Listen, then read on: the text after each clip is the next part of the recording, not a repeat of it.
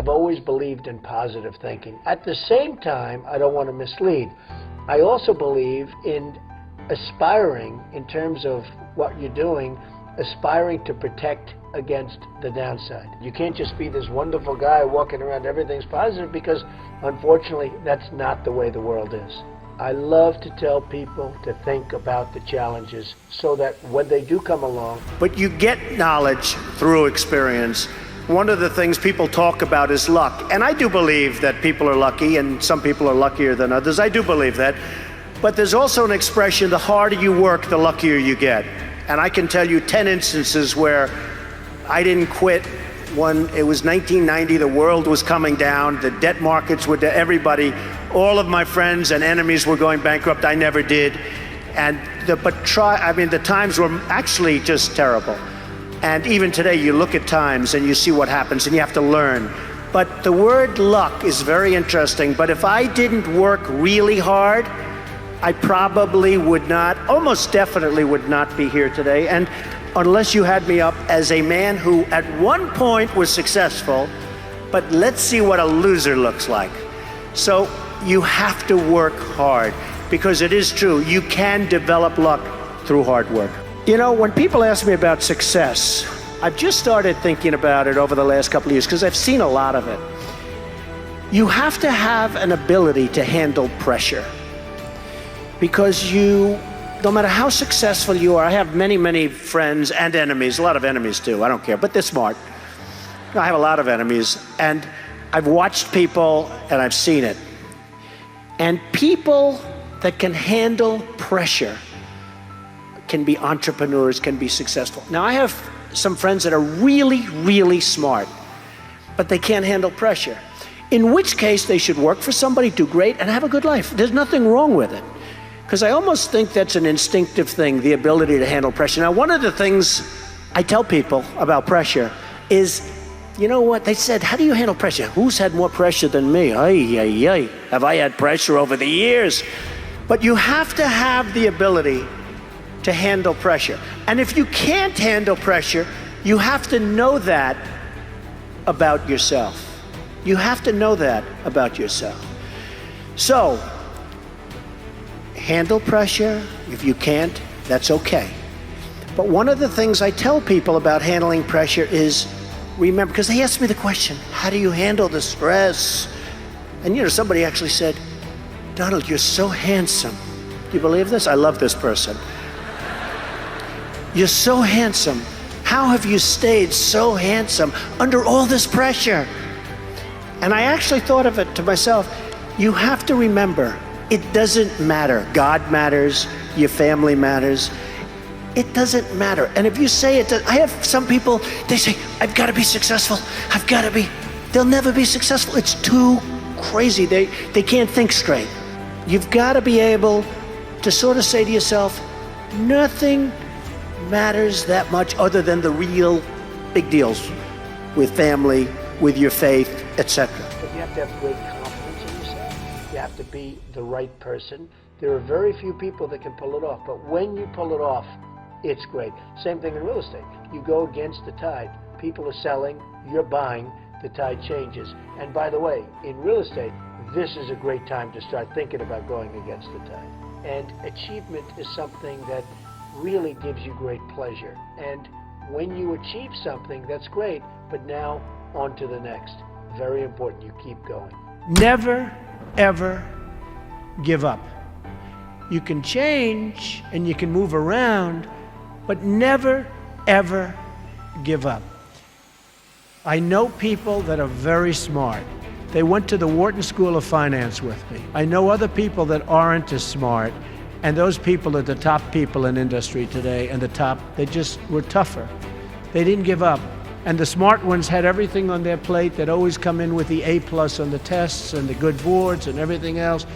But when they ran into problems, they didn't know how to solve the problems like the guys that weren't as good. And it's very seldom that you see something other than this happen. So never, ever give up. Want to be totally focused. You can't take your eye off the ball. When I had troubles in the early 90s, a major article came out and it said very strongly, everything he touches turns to gold. And I believed it. So I'd go out with models at night instead of working. But that wasn't good. And I remember I had a big lease coming up, and there was a big show, and I went to the show. I said, don't worry, fellas, you can handle the lease, you'll get it done. Well, I came back, they didn't get it done, and I would have had it done 100%. And then the market crashed in the 90s. So I had trouble, but it was sort of an amazing, I wouldn't want to do it again. It was an amazing test of yourself. Can you handle pressure? How are you under pressure? Are you smart? You know, when everybody's coming at you. Sometimes in life, to be successful, oftentimes, most of the time, you have to follow your instincts. You have to follow your gut. You have to. Your parents may say wrong, your whoever may say wrong, but you have to do it. So much of success is seeing yourself as victorious.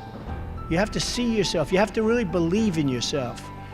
And sometimes it's hard. You know, you've had failures, you've had weaknesses, you've had other things. You have to see yourself as a one-man band. Don't rely too much on other people because they'll let you down. You have to see yourself as victorious. And to be a winner, you have to think like a winner. If you don't think like a winner, it's just never going to happen. And I'm not going to go over that long, but it solves a lot of problems. Because when you love what you do, when you really love what you do, you work harder. I mean, I have friends that don't love, and you know, I tell this story. A Wall Street titan, big guy, but I was richer than him, and I'm richer, according to Forbes, I'm much richer than him. So I like that, you know? I like that. But this big Wall Street titan, he's a big name. He has a son, and his son is a wonderful human being, which is amazing because the guy's a horrible person. But he's one of the biggest guys on Wall Street.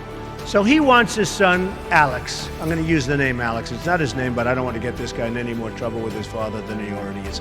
Alex isn't the strongest character. The father is a brutal, vicious killer. So the father has a big firm on Wall Street, and he wants Alex to go into the firm, of course. You know, come on, Alex, get in there, get in there. In the meantime, all these kids are graduating from Wharton and Harvard and Stanford, and they're just eating Alex's lunch. He doesn't have a chance. He doesn't have a chance. And he doesn't like it. He's not liking what he's doing. You got to love what you do. He's not liking it. So one day, but he can't leave because of his father. I actually tell him, why don't you leave? Your father's brutal. The father's just killing the guys. Tell him, you don't have what it takes. I'm sorry, Dad. Oh, this is great. So I say, you got to leave the father. You got to leave him. He said, I just can't, Donald. So anyway, he's a spoiled guy. He's a member of a very good golf club in Westchester, which is a rich place in New York. And he's on one of the committees, and he's on the Greens Committee. And they put him in charge of redoing the course. They're doing this big renovation of the course. It's a very good club. And he's there every morning at 5 in the morning. He doesn't leave. He did such an unbelievable job. The contractors respected him. Everybody respected him. So the wife comes up. He's doing so great, Donald. He's so amazing. And they give him an honor. And this is a tough group of people that have this club. You know, they're club members and they're difficult. They gave him an honor. The club came in under budget, faster by 2 months. He did an unbelievable job, and the quality of the work was 10 times what they ever anticipated. So they gave him a medal. I said, you know, Alex, you ought to go and do this for a living. You ought to be a builder, whether it's houses or clubs or golf courses, renovation or this. Oh, my father would go crazy. He'd never let me. So Alex went back to Wall Street, where he was miserable, and a year later he quit. And he started doing renovations of houses and clubs and different things.